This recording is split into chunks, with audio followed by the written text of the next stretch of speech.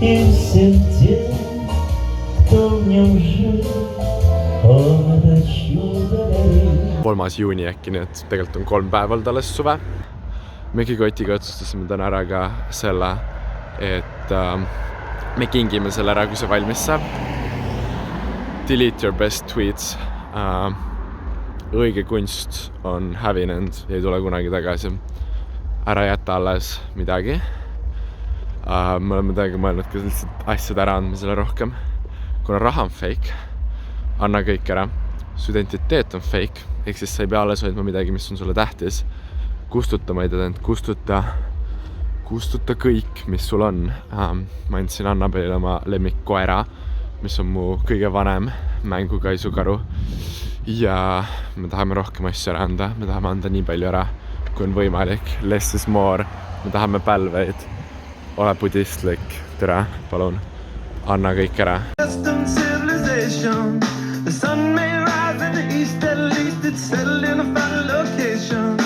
Nagu üks suur probleem meie maailmas on secondary sources ehk meedia tavaliselt või õpetajad, kes ütlevad, mida mingi algne tekst tähendab.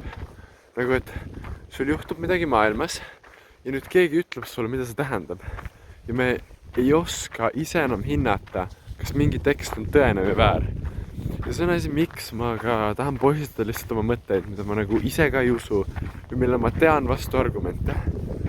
See on ülesanne teile hinnata ise enda peaga mind või ükskõik mida ma ütlen. Nagu see, siin ei ole vaja quote'ida mitte kedagi mu mõtetel.